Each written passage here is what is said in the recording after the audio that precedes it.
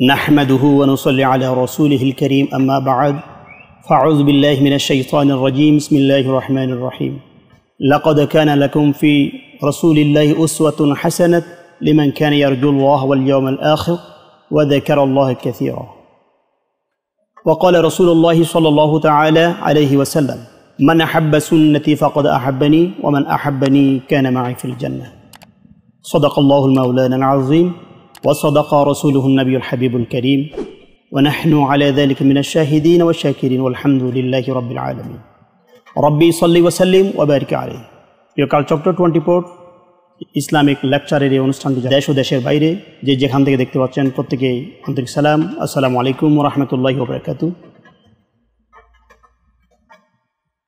নিয়মিত আমাদের ইসলামিক এই অনুষ্ঠানটি দেখার জন্য আপনাদেরকে আন্তরিক ধন্যবাদ ও মোবারকবাদ। প্রিয় বন্ধুগণ, পবিত্র কোরআনে পাক থেকে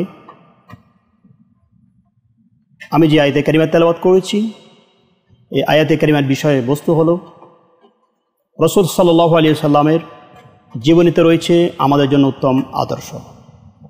ঘোষণা দিয়েছেন আল্লাহ সুবহানাহু ওয়া তাআলা প্রিয় হাবিবের মাধ্যমে।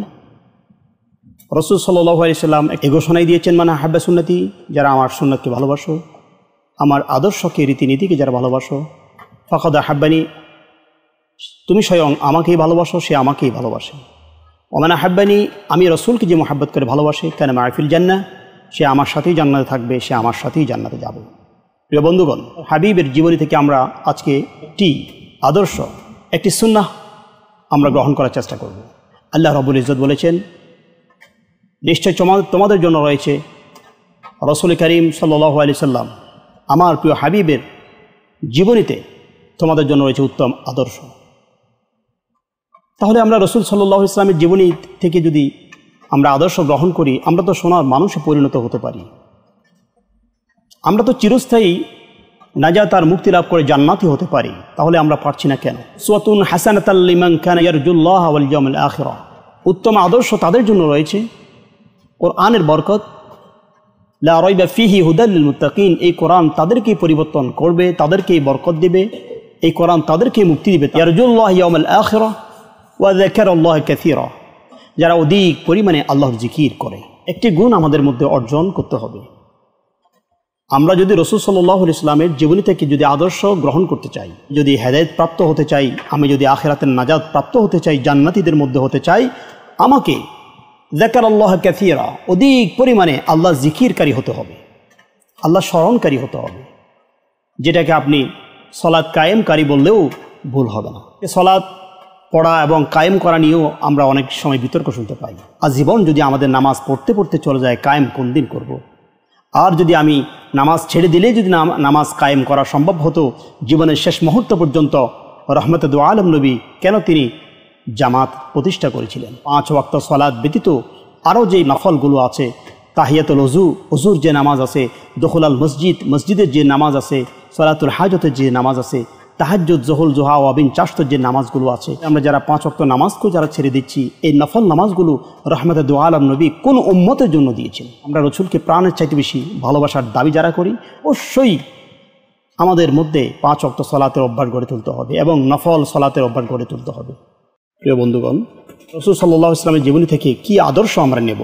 রাসূল সাল্লাল্লাহু আলাইহি সাল্লামের নয়নের মণি, খাতুনে জান্নাত, জান্নাতি রমণীদের সর্দার ফাতেমা রাদিয়াল্লাহু তাআলা আনহাকে যখন তার স্বামী বলেছিলেন, ফাতেমা, সংসারের পরিস্থিতি খুবই টানাপোড়ন, রাসূল সাল্লাল্লাহু আলাইহি সাল্লামের কাছে হাদিয়া কিংবা গনিমতের মালগুলো আল্লাহর হাবিব 1-2 জন যদি তুমি রাসূল পাকের দরবার থেকে খাদেম দাসী যদি খুঁজে নিয়ে আসতে।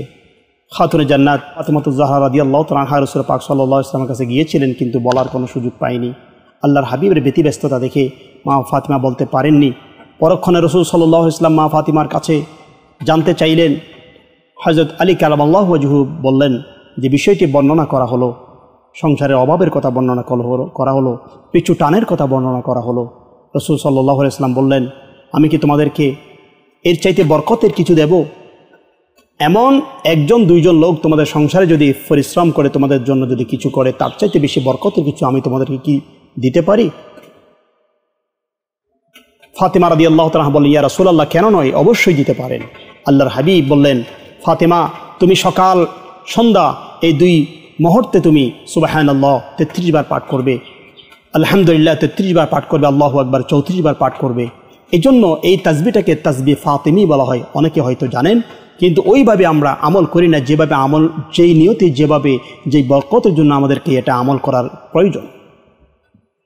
তাহলে রসুল করিম রউফুর রহিম সাল্লাল্লাহু আলাইহি ওয়াসাল্লামের জীবনী থেকে একটি মাত্র এই একটি মাত্র বরকতের জন্য, মুক্তির জন্য এই আমলটি যদি আমরা কন্টিনিউ যদি আমরা করি, আমাদেরকে নামাজি হতে হবে, সলাতি হতে হবে।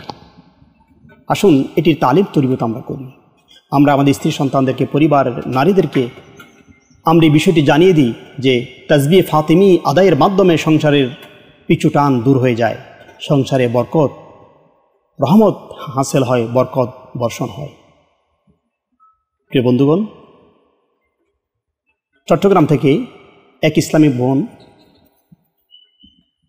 আফিয়া জান্নাত নূর চট্টগ্রাম থেকে তিনি প্রশ্ন করেছেন, প্রতি বছর আমরা যখন মুহররম মাস আসে এবং রবিউল আউয়াল মাস আসে, আমরা আমাদের বাড়ির ছাদের মধ্যে মিলাদ ও দোয়ার আয়োজন করে থাকি। মুহররম ও মিলাদের স্মৃতিচারণ, গুরুত্ব তাৎপর্য নিয়ে আমরা আলোচনার ব্যবস্থা করে থাকি পর্দাপশিদার মাধ্যমে। ওখানে একজন ইসলামী, এক মুসলিম ভাই, যিনি এই বিষয়টাকে ফতোয়া বলে সবসময় নিষেধ করতে চান এবং বিতর্ক সৃষ্টি করেন, আফিয়া জান্নাত নূর, তিনি বললেন যে আজকে আমি দেখতে পেলাম 5 আগস্টের বিভিন্ন কর্মসূচি তারা পালন করছে এবং তিনি একজন ইসলামী দলের দিন প্রচারের একজন মুজাহিদ বলে নিজেকে পরিচয় দিয়েছিল।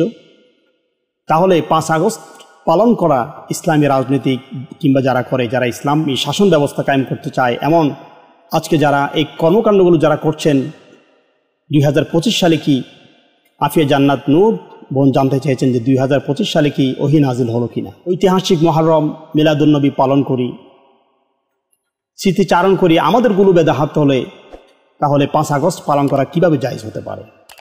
বোনকে সংক্ষিপ্ত আকারে যদি বলতে যাই, আসলে এগুলো ফেতনাকারী আলেম ব্যতীত, আলেমের সুব্যতীত, অসৎ আলেম ব্যতীত এই বিষয়গুলো নিয়ে বাড়াবাড়ি কোনো আলেম করে না।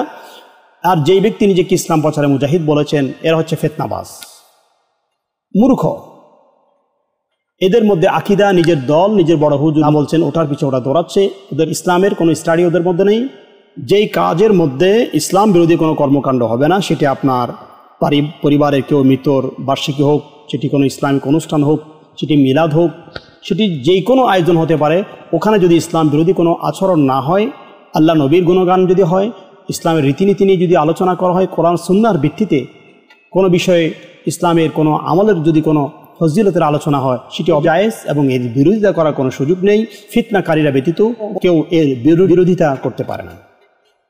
প্রিয় বন্ধুগণ, আজকের জন্য এখানেই বিদায় নিচ্ছি। অন্য সময় অন্য একটি নিয়ামতের খুশখবরি নিয়ে হাজির হব। ততক্ষণ পর্যন্ত সবাইকে নিয়ে ভালো থাকবেন, সুস্থ থাকবেন। আল্লাহ হাফেজ। আসসালামু আলাইকুম ওয়া রাহমাতুল্লাহি ওয়া বারাকাতুহু।